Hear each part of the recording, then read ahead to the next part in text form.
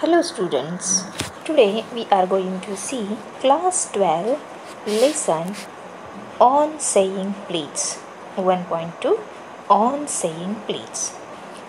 Let's see first of all something about the author Alfred George Gardiner.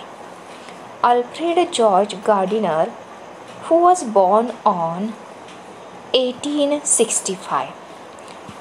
A.G. Gardener यांचा जन्म हा 1865 रोजी झाला, 2 जून 1865, and he died on 3 March 1946 आणि त्यांचा मृत्यू हा 3 मार्च 1946 रोजी झाला.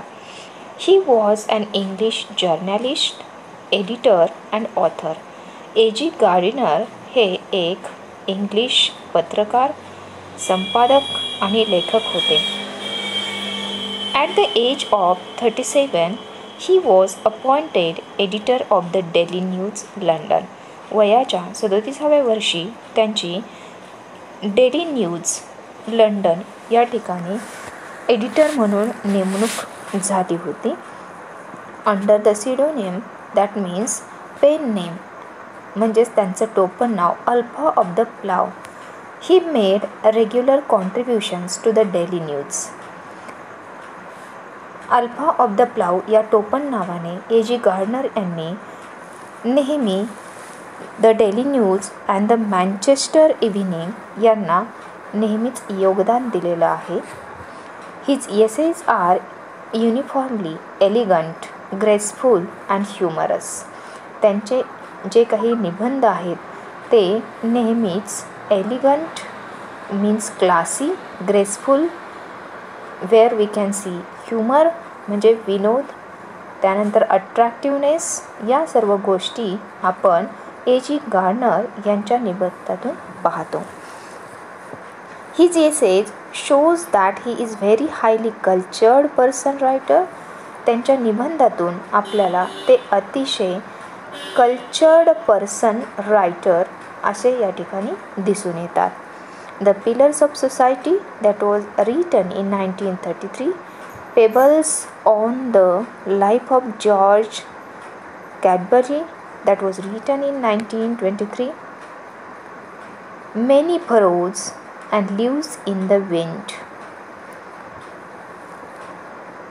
Many furrows that was written in 1927 and Life of George Cadbury that was written in 1923 and Leaves in the Wind that are some of his best known writings.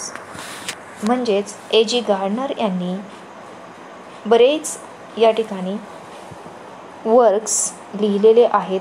त्यामध्ये the pillars of society, pebbles on the shore, many furrows and leaves in the wind यांचा समावेश होतो. His uniqueness lies in his ability to teach the basic truths of life in an easy and amusing manner. या त्यांच्या वर्कमधून आपल्याला एक गोष्ट लक्षात येते, ती म्हणजेच ability to teach the basic truths of life. जीवनाचे जे काही बेसिक सत्य आहेत, म्हणजेच मूलभूत सत्य आहेत, त्याची या ठिकाणी शिकवण आपल्याला त्यांच्या या वर्क्समधून जाणवते. How in an easy and amusing manner, अतिशय साध्या आणि सोप्या शब्दांमध्ये ते आपल्याला समजतं. He raised the question of morality in everyday life. A.G. Gardener यांनी हा एक क्वेश्चन या ठिकाणी उपस्थित केलेला आहे, तो म्हणजे क्वेश्चन ऑफ मोरॅलिटी, नैतिकतेचा प्रश्न.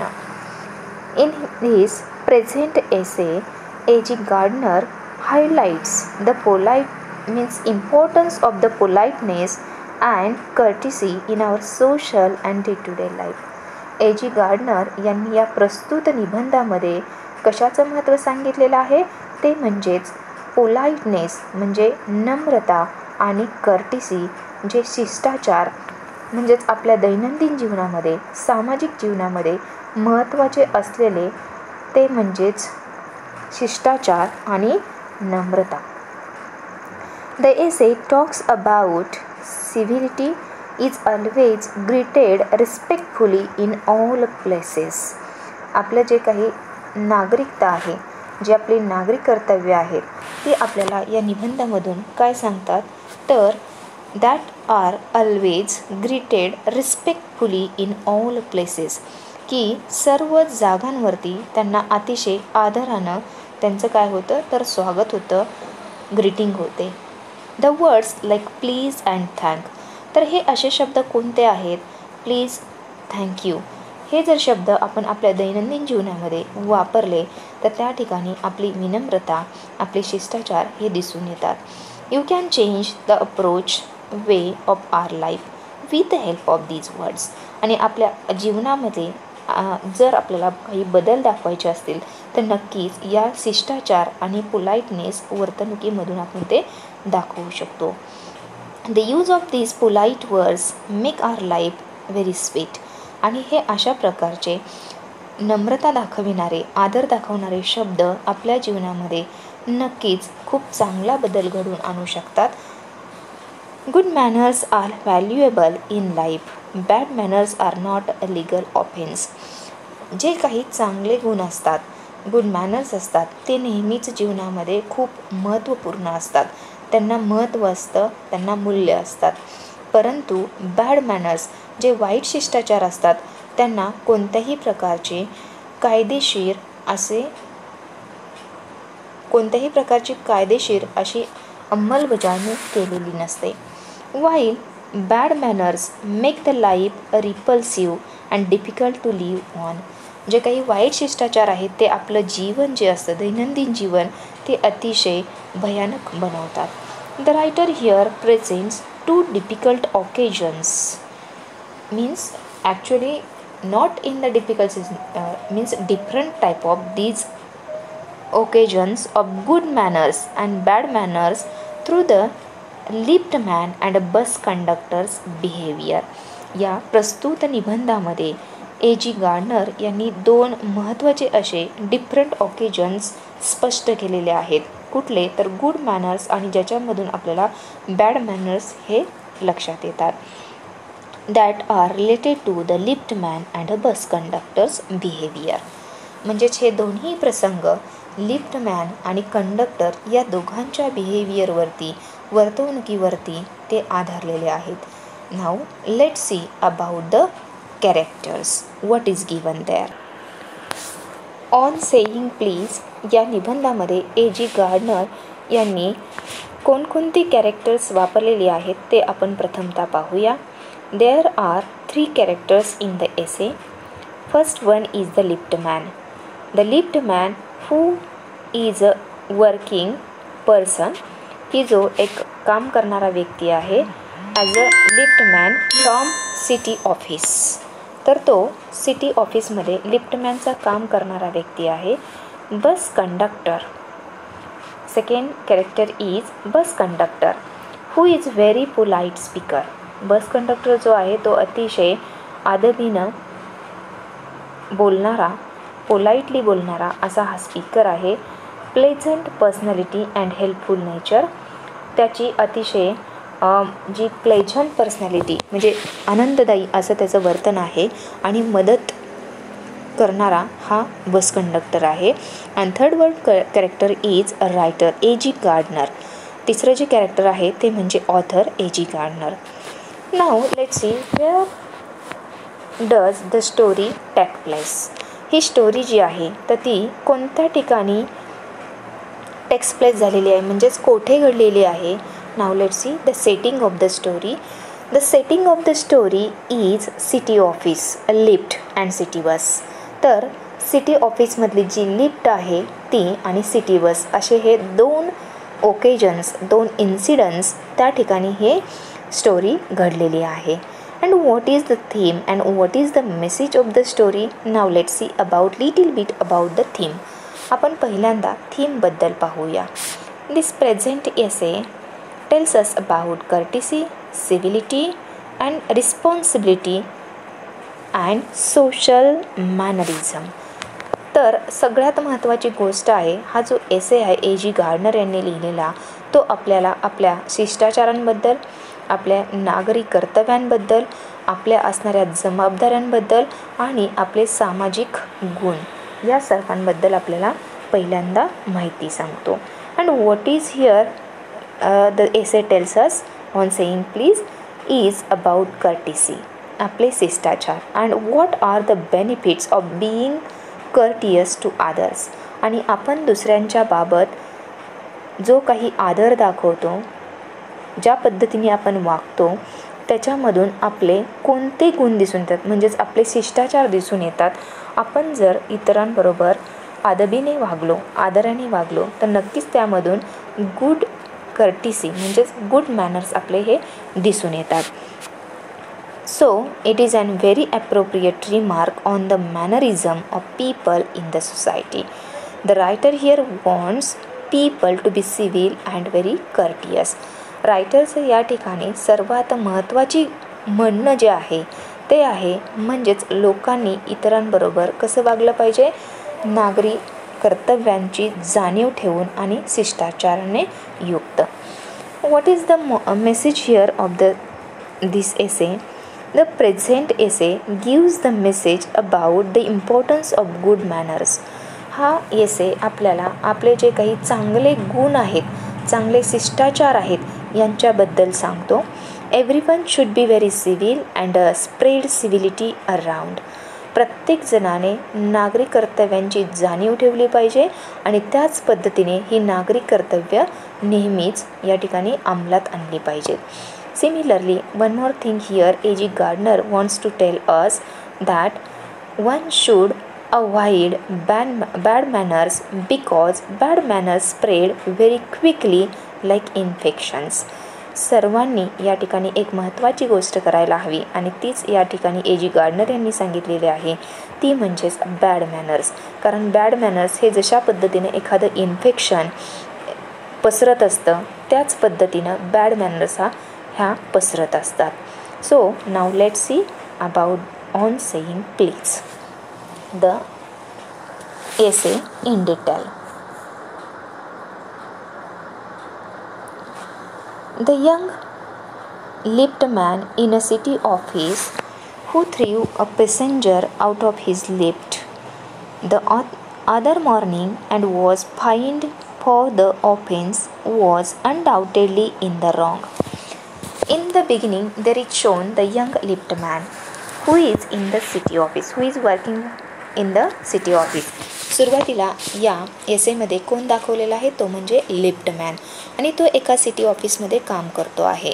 हू threw a passenger out of his lift the other morning, आणि तो एके सकाळी एका पॅसेंजरला काय करतो, तो लिफ्टमधून बाहेर ढकलून देतो. And for that was find for the offence was undoubtedly in the wrong. आणि ज्या पद्धतीनं हा गुन्हा घडलेला आहे, जो क्राईम केलेला आहे, तो अनडाउटेडली इन द रॉंग वे. ज्या पद्धतीनं त्या लिफ्टमॅननं त्या पॅसेंजरला लिफ्टमधून बाहेर टाकलेला आहे, त्यासाठी त्याला फाईन या ठिकाणी देण्यात आलेला आहे. For the offence means crime and undoubtedly that was actually wrong. It was a question of please. What was the question? Why did the liftman throw the passenger out of the lift? त्या लिफ्टमॅननं पॅसेंजरला लिफ्टमधून बाहेर का टाकलेला आहे? Because there was the question of please. कारण या ठिकाणी प्रश्न हा प्लीज या शब्दाचा होता. The complainant entering the lift said top. जो या ठिकाणी कंप्लेनंट म्हणजे तक्रार करणारी जी व्यक्ती होती, जो पॅसेंजर होता, that actually enter the lift and he said the liftman only top instead of top please.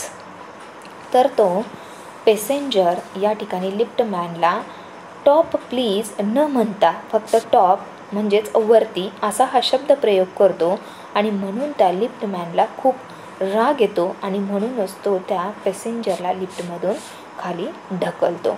And this concession being refused, he not only declined to comply with the instruction but hurled the passenger out of the lift. आणि त्यामुळं काय झालेलं आहे, तर तो passenger फक्त top असं म्हटल्यामुळे त्या लिफ्टमॅननं त्याला खाली ढकलून दिलेलं आहे. And this concession being refused, he not only declined to comply with the instruction. Decline that means to reduce or आपण त्याला काय म्हणू शकतो, नष्ट करणे. And comply means to agree. So because of that, the lift man who was actually taking that lift up and down and to whom the passenger didn't say stop please, so he became angry and threw the passenger out. आणि त्यामुळं त्या लिफ्टमॅननं त्या पॅसेंजरला ढकललेला आहे. हा प्रश्न फक्त कशाचा आहे तर टॉप प्लीज म्हणजेच या ठिकाणी शिष्टाचार न पाळलेल्याचा. But hurled with the passenger out of the lift, आणि त्यामुळं त्या लिफ्टमॅननं पॅसेंजरला खाली ढकलून दिलेला आहे. This of course was carrying a comment on manner too far. या ठिकाणी काय म्हटलेलं आहे, हा प्रश्न जो आहे तो प्रश्न शिष्टाचाराचा आहे. And there will be different types of a comments on this matter by the people. आणि यावरती सर्व लोकांच्या या वेगवेगळ्या कमेंट्स या ठिकाणी येऊ शकतात किंवा लोक यावरती वेगवेगळ्या कमेंट्स देऊ शकतात. तर प्रश्न हा आहे की आपण ज्या पद्धतीनं आपले शिष्टाचार पाळतो त्याच पद्धतीनं आपल्या बाबतीत म्हणजेच या ठिकाणी हा प्रश्न त्या लिफ्टमॅनचा आणि पॅसेंजरचा दाखवलेला आहे. तो पॅसेंजर हा शिष्टाचार न पाळल्यामुळं त्याला तो लिफ्टमॅन हा खाली ढकलून देतो. Discourtesy is not a legal offence and it does not excuse assault and battery. Discourtesy that means a lack of courtesy or rudeness. अशिष्टाचार हा फक्त लीगल ऑफेन्स असू शकत नाही. म्हणजे अशिष्टाचार हा is not a legal offence, हा कायदेशीर गुन्हा नाही आहे. And it doesn't excuse assault and battery, त्यामुळे तो या ठिकाणी कुठल्याही प्रकारचा हल्ला आणि हिंसा यासाठी तो काय नाही आहे, क्राईम नाही आहे, म्हणजेच ऑफेन्स नाही आहे. Means this is not the excuse of attack and violence. If a burglar breaks into my house and I knock him down, the law will acquit me, and if I am physically assaulted, it will permit me to retaliate with a reasonable violence. जर एखादा घर या ठिकाणी घरामधला दरवाजा वगैरे असा फोडून तो जर आत आला, and if I knock him down, what will the law acquit me here? म्हणजेच कायदा या ठिकाणी कोणत्या प्रकारचं संरक्षण देईल. And if I am physically assaulted, आणि जर मी या ठिकाणी मला या ठिकाणी जर माझ्यावरती शारीरिक हल्ला करण्यात आला, so that law will permit me to retaliate with reasonable violence. म्हणजेच त्या ठिकाणी हा कायदा मला काय करू शकतो तर वाजवी हिंसा करण्यासाठी संरक्षण देऊ शकतो. That is the thing. It does this because the burglar and my assailant have broken quite definite commands of the law. Why this is because? कारण तो घरफोडी आणि हा जो काही अटॅकर आहे त्या दोघांनीही काय केलेलं आहे, they have broken quite definite commands. कारण त्या दोघांनाही ज्या काही कमांड्स आहेत लॉच्या, म्हणजेच जे काही नियम आहेत ते नियम काय केलेले आहेत तर तोडलेले आहेत. But no legal system could attempt to legislate against bad manners. पण कोणतीही कायदेशीर पद्धती ही कुठल्याही बॅड मॅनर्सबद्दल म्हणजेच अशिष्टाचारांबद्दल कोणत्याही प्रकारचा गुन्हा असा नोंदवत नाही किंवा कोणत्याही प्रकारची अशा प्रकारची पद्धत यामध्ये नाही आहे. or could sanction the use of violence against something which it doesn't itself recognize as a legally punishable offense. किंवा कायद्याच्या या पद्धतीमध्ये अशा प्रकारचा जर कोणी गुन्हा केलेला असेल तर त्यासाठी कोणत्याही प्रकारची लिगली पनिशेबल ऑफेन्स म्हणजेच थोडक्यात अशा प्रकारचा अशिष्टाचार केला असेल तर त्यासाठी कायदेशीर पद्धतीने कोणताही गुन्हा त्या व्यक्तीवरती नोंदवता येत नाही. And our sympathy with the liftman means here A.G. Gardner says we all feel sympathy towards the liftman. आपल्या सर्वांची सहानुभूती ही त्या लिफ्टमॅनच्या बाबत जाते. We must admit that the law is reasonable. आणि आपण सगळे या ठिकाणी हे कबूल करतो की हा जो कायदा आहे तो कसा आहे, मर्यादित आहे. Because there is no any kind of a implementation for this violence or this kind of a things, bad manners if anyone do, there is no any kind of a offense against it or any kind of a legally thing that we can do against it. म्हणजेच त्या बाबतीमध्ये कोणत्याही प्रकारचा कायदेशीर गुन्हा त्या व्यक्तीवरती नोंदवता येत नाही. It would never do if we were at liberty to box people's ears because we did not like their behavior or the tone of their voices or the scowl on their faces. या ठिकाणी it would never do if we were at liberty. आपल्याला जरीही कोणत्याही म्हणजे सर्व प्रकारचं स्वातंत्र्य देण्यात असलं तरी आपण कोणत्याही व्यक्तीला भांडल्यामुळं किंवा त्या व्यक्तीचं जे बिहेवियर आहे ते अतिशय भांडखोर आहे म्हणून किंवा त्याच्या आवाजामधील चढ उतार पाहून किंवा त्याच्या चेहऱ्यावरचे भांडखोर वृत्तीचे हावभाव पाहून त्या व्यक्तीवरती कोणत्याही प्रकारचा आपण गुन्हा दाखल करू शकत नाही आहे. This is not here punishable offence. हा जो क्राईम आहे तो पनिशेबल नाही आहे आणि यासाठी कोणत्याही प्रकारची लिगली सिस्टीम उपलब्ध नाही आहे. Our fist would never be idle. आणि जर अशा पद्धतीने ए जी गार्डनर म्हणतात की जर अशा पद्धतीनं if there would be any kind of a law against these things, अशा पद्धतीच्या बाबतीमध्ये अशिष्टाचारांच्या बाबतीमध्ये जर काही या ठिकाणी कायदा असता तर आपल्या मुठी ह्या कधीही इडल म्हणजेच निष्क्रिय राहिल्या नसत्या. And the gutters of the city would run with blood all day. आणि त्यामुळं ही सिटींमधली जी गटर्स आहेत तर ती नेहमी रक्तपाताने वाहिली असती असं या ठिकाणी ए जी गार्डनर यांनी म्हटलेलं आहे. Now let see what is given next. I may be as civil as I may please and the law will protect me against a violent retaliation. What is mean by retaliation? To do something bad to someone who has done something bad to you. म्हणजेच आपण ज्या व्यक्तीनं आपल्या बाबतीमध्ये वाईट असं काही केलेलं आहे त्याच पद्धतीनं आपण सुद्धा त्या व्यक्तीच्या बाबतीमध्ये तसंच वाईट करावं अशी आपली काय असते त्या ठिकाणी पद्धत असते. So here the author says I may be as uncivil as I may please. म्हणजेच दुसरी एखादी व्यक्ती जर अशिष्टाचारयुक्त वागली असेल तर त्याच पद्धतीने आपण सुद्धा त्याबरोबर अनसिव्हिल म्हणजे अनागरिक पद्धतीने वागू शकतो. And the law will protect me against violent रिटॅलिएशन. आणि अशा प्रकारच्या हिंसक सुडाच्या विरुद्ध कायदा काय करतो तर संरक्षण करतो. I may be haughty or boorish and there is no penalty to pay except the penalty of being written down an ill-mannered fellow. जर मी या ठिकाणी I may be very haughty means गर्विष्ठ, मी जर एखादा गर्विष्ठ or boorish means what rude uncultured person म्हणजे उद्धटपणाने जर वागलो so there will not be any kind of a penalty to pay. तर या बाबतीमध्ये कोणत्याही प्रकारची अशी पेनाल्टी नाही आहे की ते त्यावरती लादली जाऊ शकते except the penalty of being written down and ill mannered fellow. फक्त एकच प्रकारची गोष्ट या व्यक्तीच्या बाबतीमध्ये लागू पडते ती म्हणजे इल मॅनर्ड म्हणजे उद्धट व्यक्ती अशा प्रकारचं लेबल त्या व्यक्तीला लावलं जाऊ शकतं.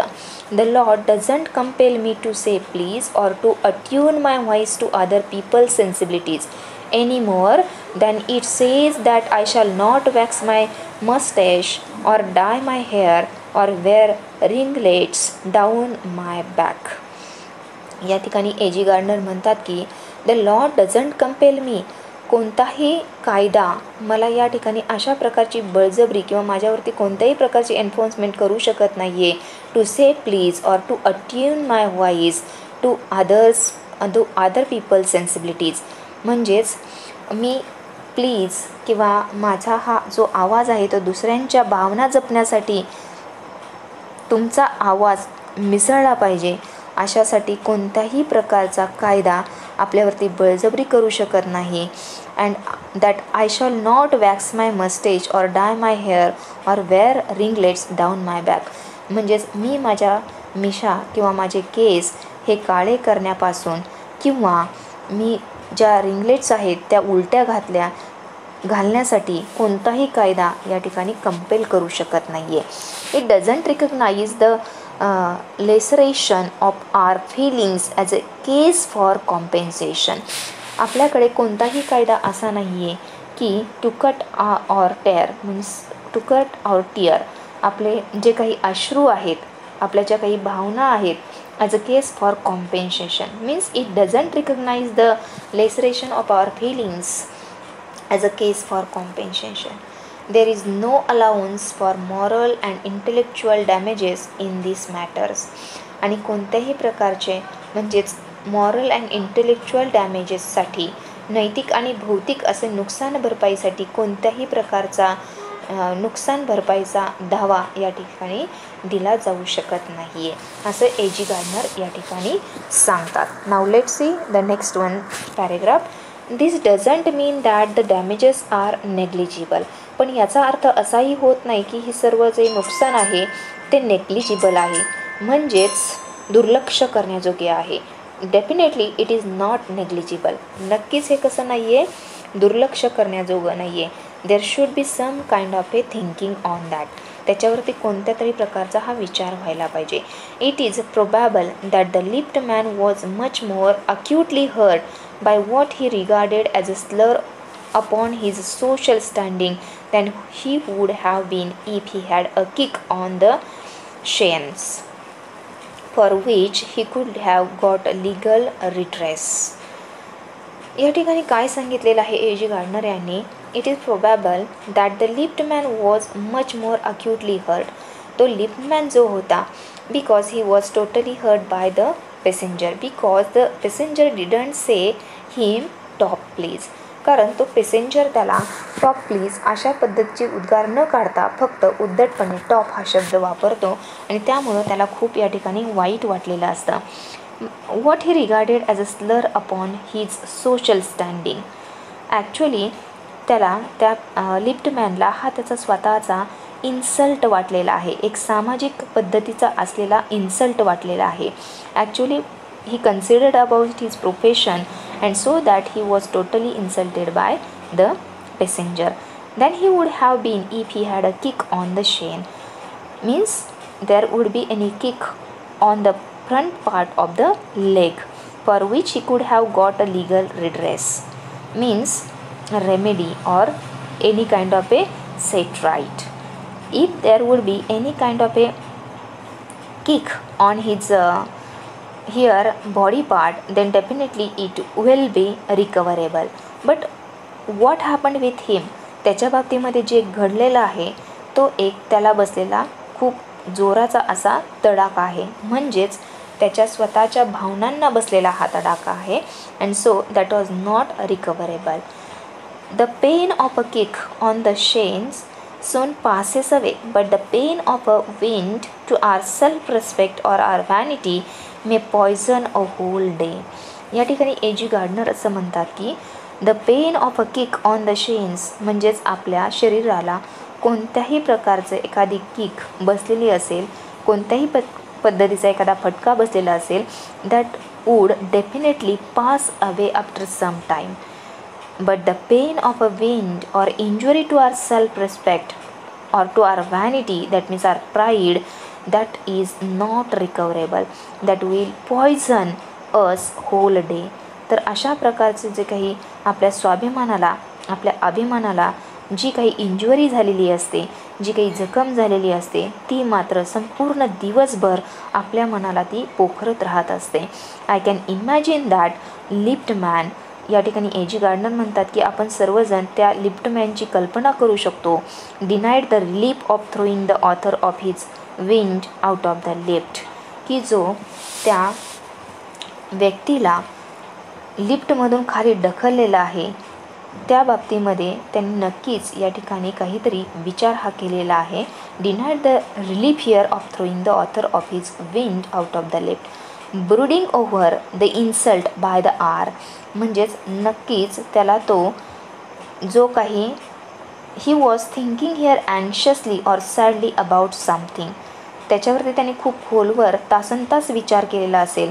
And visiting his wife in the evening as the only way of restoring his equilibrium. आणि या गोष्टीवरती त्याने तासनतास विचार केल्यानंतर जेव्हा तो घरी जाईल तेव्हा तो आपल्या पत्नीबरोबर त्या बाबतीमध्ये जो काही बॅलन्स आहे तो बॅलन्स तो राखू शकेल.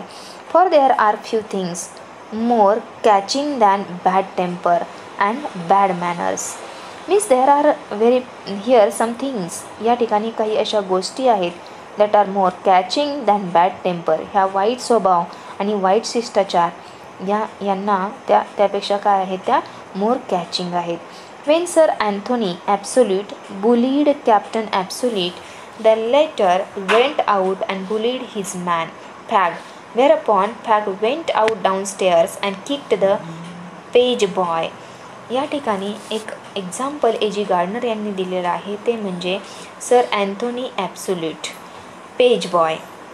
This amusing incident is described in Act 3, Scene 1 of The Rivals, that was actually written by in 1775, a comedy by Sheridan.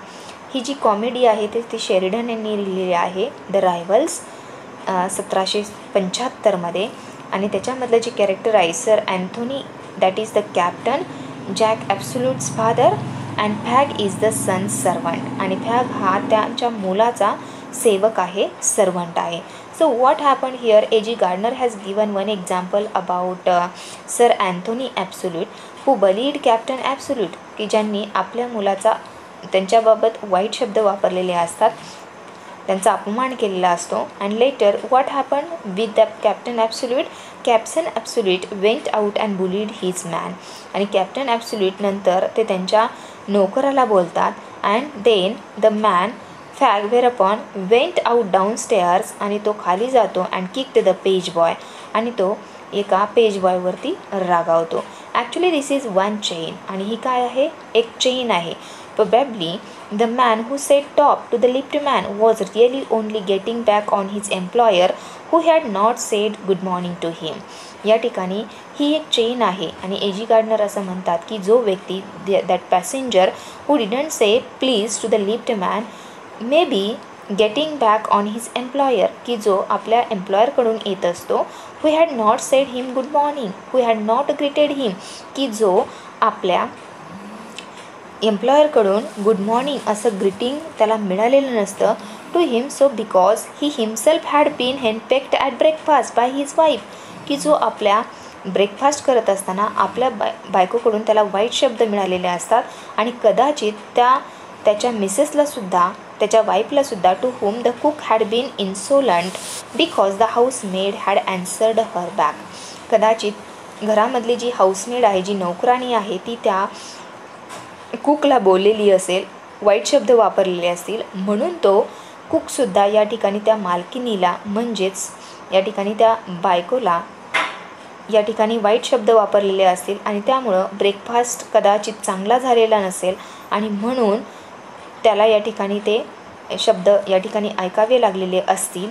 आणि त्यानंतर जेव्हा तो आपल्या एम्प्लॉयरकडे जातो तेव्हा त्याच्याकडून त्यांना वाईट शब्द मिळाल्यामुळं कदाचित या ठिकाणी हे सर्व असं घडलेलं असेल. May be this is one chain. We infect the world with our ill humours, bad manners, probably do more to poison the stream of the general life than all the crimes in the calendar. या ठिकाणी A.G. Gardner असं म्हणतात की we infect the whole world with our ill humours if we definitely behave properly, if we use here good things or good manners, the whole world will be very good. तर संपूर्ण जग हे कसं असेल, नक्कीच चांगलं असेल.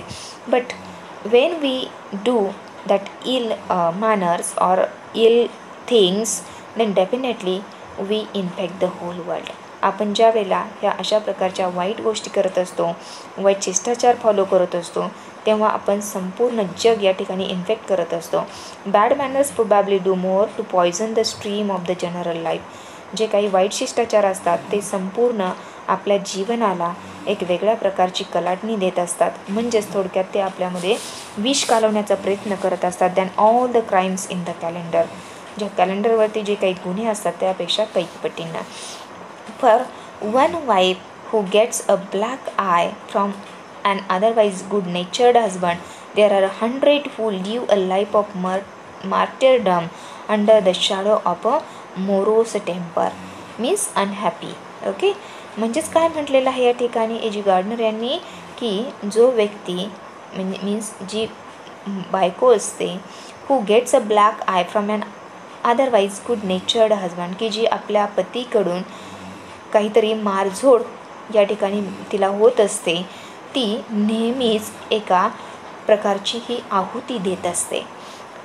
ती नेहमी अनहॅपी म्हणजेच नाखुश किंवा कोणत्याही प्रकारची तिच्या जीवनामध्ये आनंद हा या ठिकाणी दिसत नाही आहे. But all the same the law cannot become the guardian of our private manners. परंतु या ठिकाणी एजी गार्डनर असं म्हणतात की हा जो आपला कायदा आहे, that means the law cannot become the guardian, पालकत्वाची भूमिका हा आपल्या प्रायव्हेट मॅनर्स म्हणजे आपले जे काही वैयक्तिक जे काही मॅनर्स असतात त्याला तो कधीही संरक्षण देऊ शकत नाही आहे.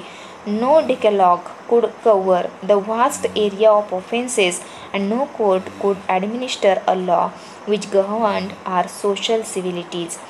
कोणताही कायदा या ठिकाणी आपल्या वैयक्तिक प्रायव्हेट मॅनर्सला हा कधीही पालकत्वाची भूमिका देऊ शकत नाही आहे.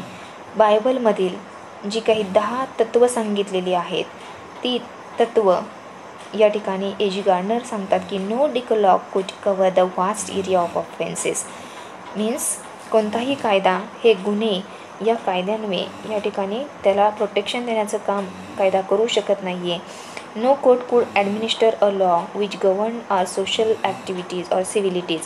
सामाजिक जे काही गोष्टी आहेत त्या नागरिकत्वाचे पालन करण्यासाठी कोणताही कायदा संरक्षण देऊ शकत नाही आहे.